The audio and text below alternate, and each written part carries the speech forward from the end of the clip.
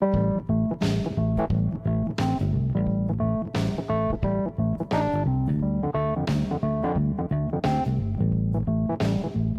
everybody, and welcome to Coffee with a Customer with H&B. And today we're actually doing things a little differently. Not so much a customer we have, but one of our awesome partners, JJ Bender. And today we have Beth and BJ with us. How are you guys doing? Good. How you doing, Ryan? Doing well, Ryan. So far, so good. Good to hear. And all right, I have to ask because, it's the show. What kind of coffee did you guys bring, and what are you drinking out of? Dunkin' Donuts. Dunkin'. And my Darth Vader. The old JJ Bender mug. Don't leave home without it. Still has the 100 number, which nobody uses, but it's Green Mountain coffee. Oh, Green Mountain. Nice. There you go. We got Dunkin', we got Green Mountain, we got a plug for Darth Vader, join the dark side, and a plug for the 800 number that no one uses. I love it.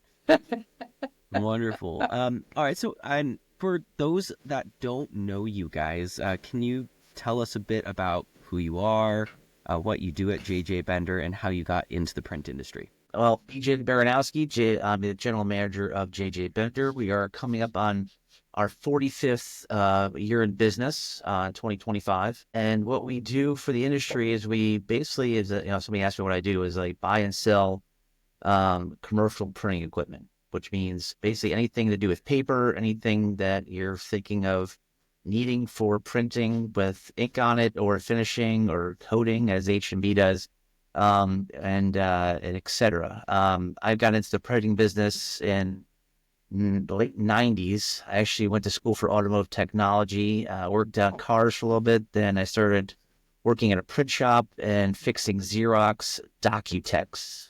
And they were supposed to be the bee's knees back in the late 90s. And digital printing launched and the DocuColor came out, and worked on those as well. And then started, business was kind of falling off with like a lot of printers in the late 90s. The dot-coms were dying. The guy who trained me said, call Jeffrey Bender. So I did. And 2 weeks later, I started here in 2001. And that was a little over 22 years ago. Went on the road to do installs. I was going to do that. I did one install and that was it. And I started making calls, selling, and, being technical savvy, able to convince people over the phone that I knew what I was talking about, which I didn't. Started selling Docutechs, then Digimasters, then color machines, then Indigos, and then everything came into play. Like 2015, we really revamped it to auctions, buying and pretty much cutters, folders, stitchers, binders, cleaning them up, putting them in auctions, reselling them to customers. And a lot of what we do is actually export these days. Is you gather equipment in the U.S. and export it. So that's my story in a nutshell. So your turn. That's BJ's story. I started at JJ Bender about 5 years before BJ did. And I'm going to take responsibility for bringing him on board. It's your fault.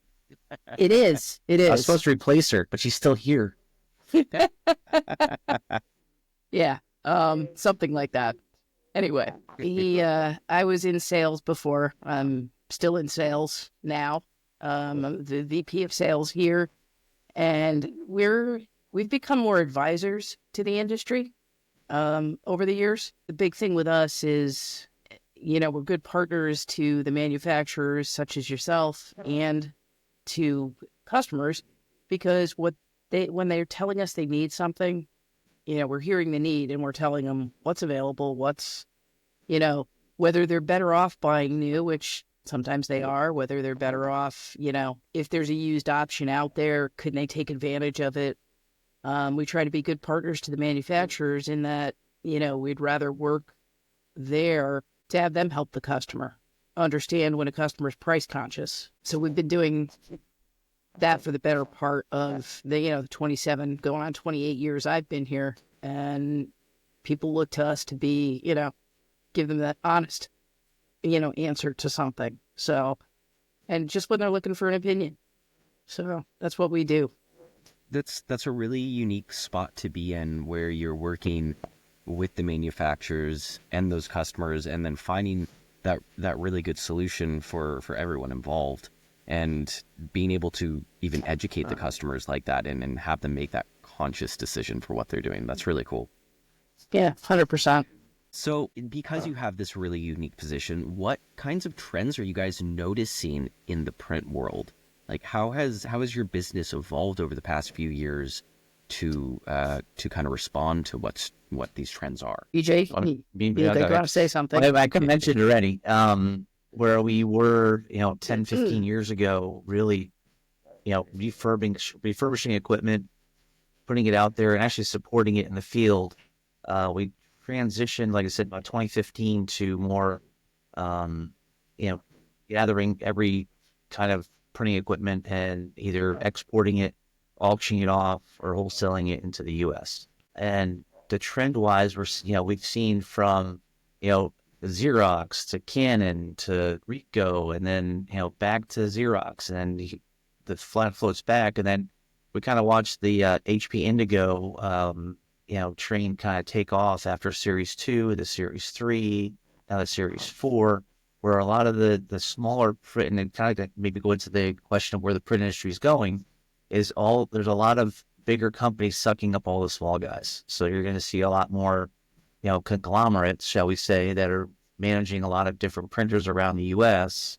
As we're seeing that, the Donnellys, the CJKs, the Taylor Corps, they're all, kind of, gathering all these little pieces all over the U.S. But they're all calling us. Like, we're these little guys up in Connecticut that people call, like Beth was saying, to give them, industry knowledge, our opinion, which is crazy. Like, who wants my opinion? I mean, come on.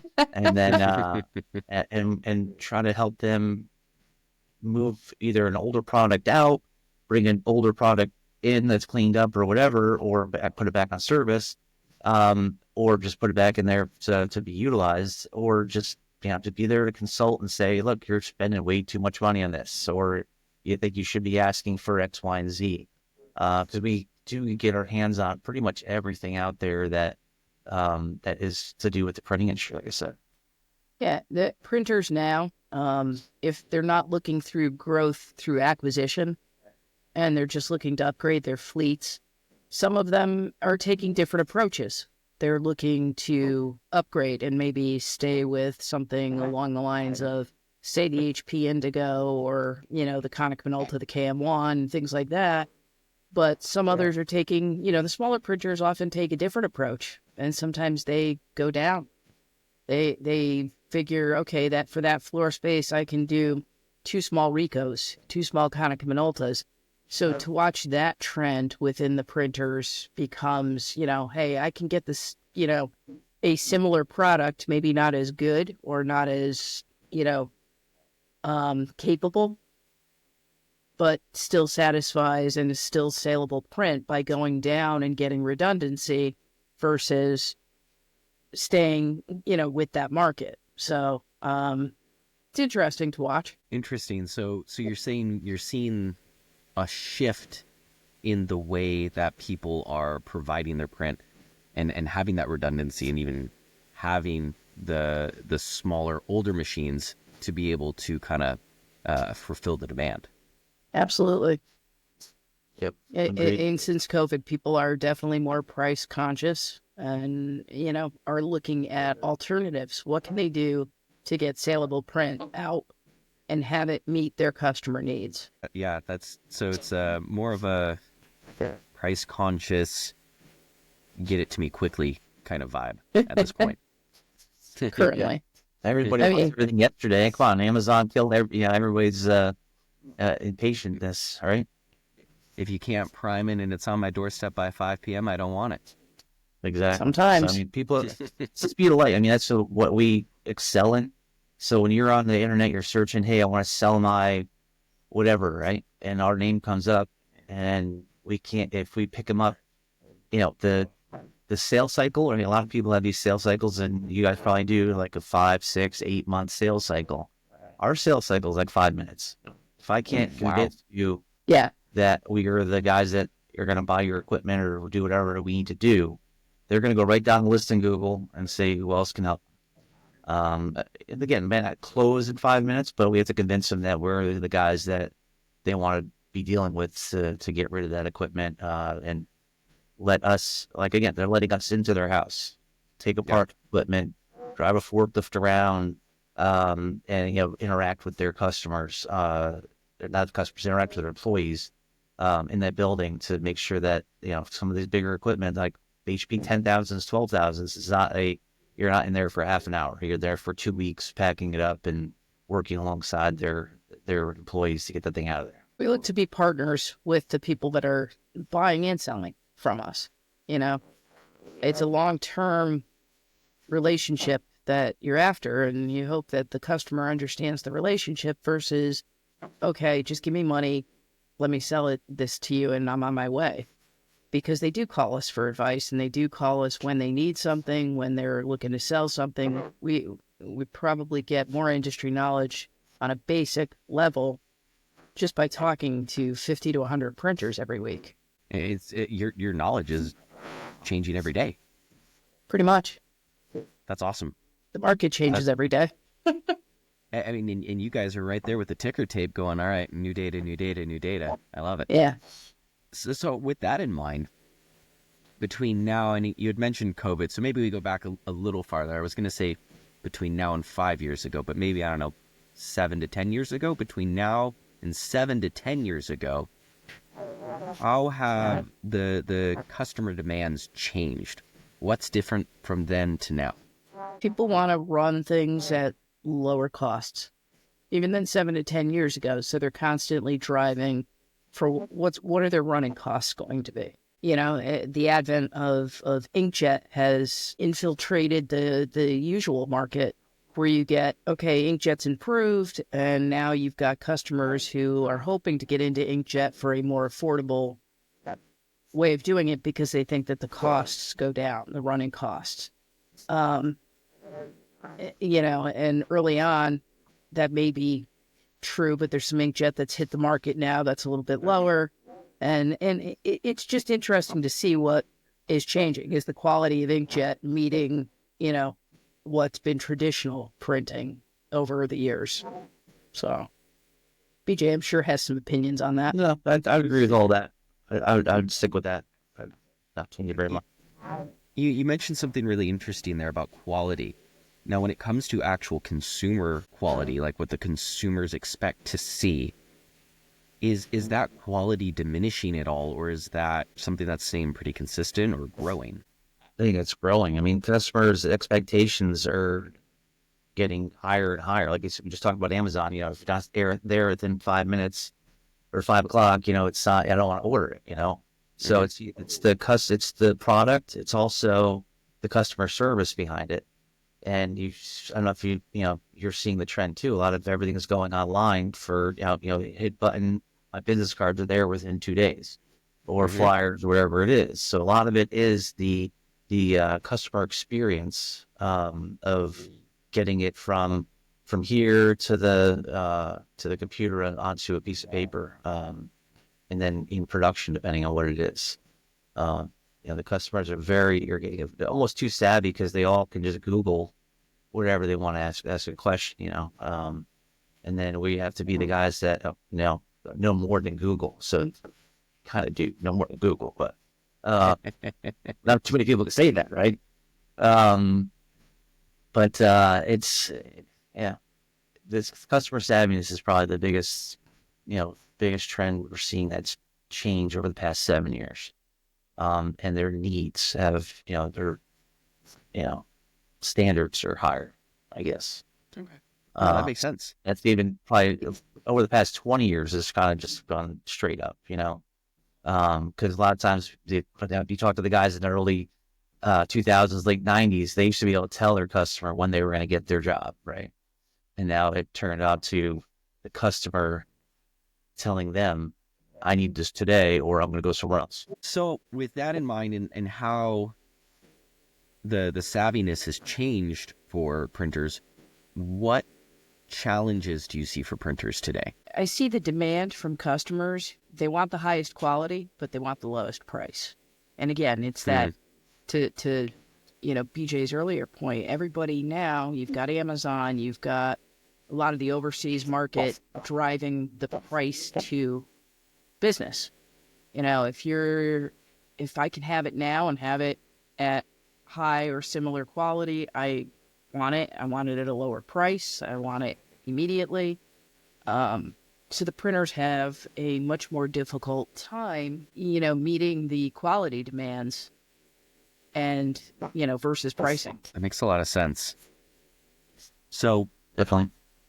with everything that we've talked about with where the trends have been going, where printers were, and then the challenges, where do you guys see the print industry in the next 5 to 10 years? What exciting innovations, opportunities, what kinds of things are you guys keeping an eye on? I think Beth touched on a little before, the speed of the inkjet, the quality of the inkjet, toner products are going to be they're still going to be around, but they're not going to be as prevalent. I think the liquid ink, the environmentally friendly stuff is going to be pushed a lot harder.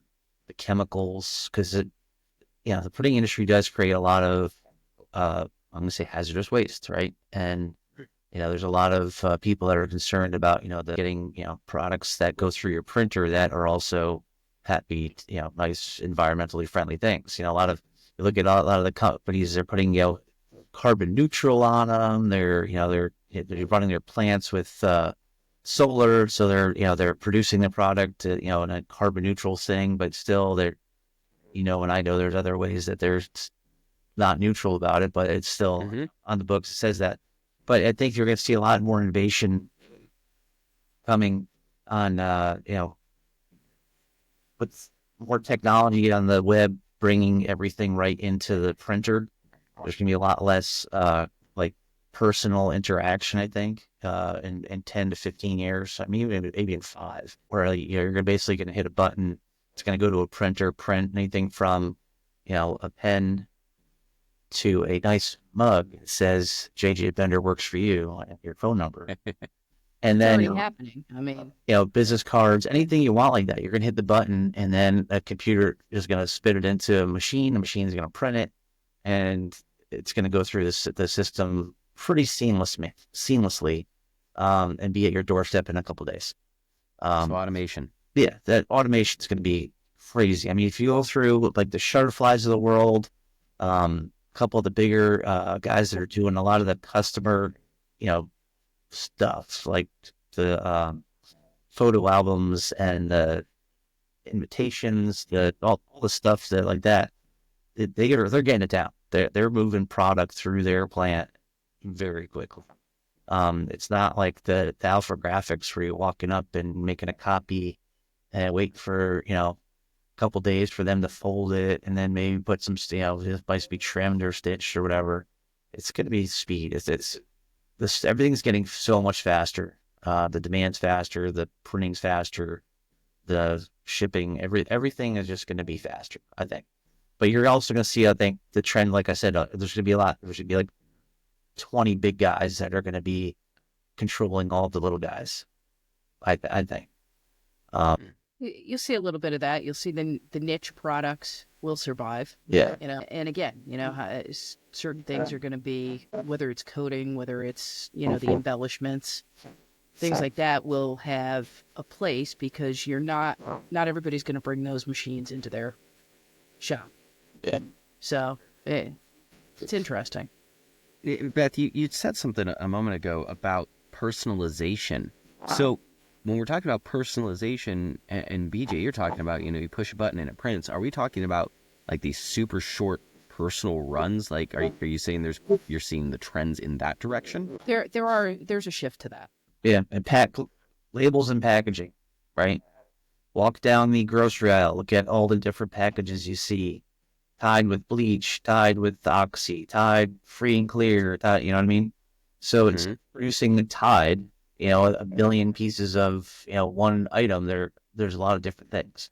You're getting the craft beers. Everybody's making their own wine. There's a lot of, the marijuana industry, right? That cannabis. Everybody's printing these little tiny labels now to go around joint holders. You know, there's going to be a need for more packaging, and everything has its own thing. You know, look at all the boxes you get from the iPhone box, right? How intricate these boxes and presentations they're giving you. Like when you have a customer, again, customer experience. How is a company providing customer experience and elevating it every year? One of it's just like the packaging of their product. Like how cool is it? And my son always just likes peeling the thing off the iPhone, right, to open up the box, right? It's like, dude, I gotta do that. I'm like, no, I want to do it. You know? It's so funny with iPhones. They actually designed that box specifically to be an experience that you have to interact with, and that slow open, that was a whole design choice by them. It's crazy. So it's people think more working. innovative ways to do with paper, to what they could do with paper, with plastic. I mean, printing right on plastic right now is just like, and they're doing it on acrylic. I mean, there's invitations coming out on plexiglass, right? They come near. I'm like, this is insane. Yeah, because it's printing on the white printing. Everything is cool. We're actually, I don't know if you knew this, but Bender has also gotten into a partnership with Kornit, and we're actually doing direct-to-garment units as well right now. That's probably our biggest, we didn't even mention that before, biggest change in the past, like 3 years, as we're refurbishing that equipment and putting it back out there in collaboration with the manufacturer. So it's a whole new world for us because we're dealing with, just paper and everything. Now it's, T-shirts, whatever you want printed on it, we can send it to you. Almost. Yeah. Automation and personalization with speed. Yep. And unique things. Yep. I love it. Love it too.